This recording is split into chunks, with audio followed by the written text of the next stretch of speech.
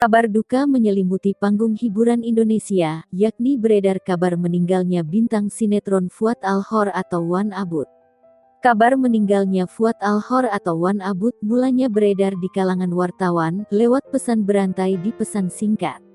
Menurut informasi, saat ini jenazah sedang disemayamkan di rumah duka di Jalan Baiturrahim, Beji, Depok, Jawa Barat. Kabar meninggalnya Fuad Al-Hor dibenarkan oleh sahabatnya, Ayu Azhari yang menyebut kalau lawan mainnya dalam sinetron Putri Duyung meninggal dunia.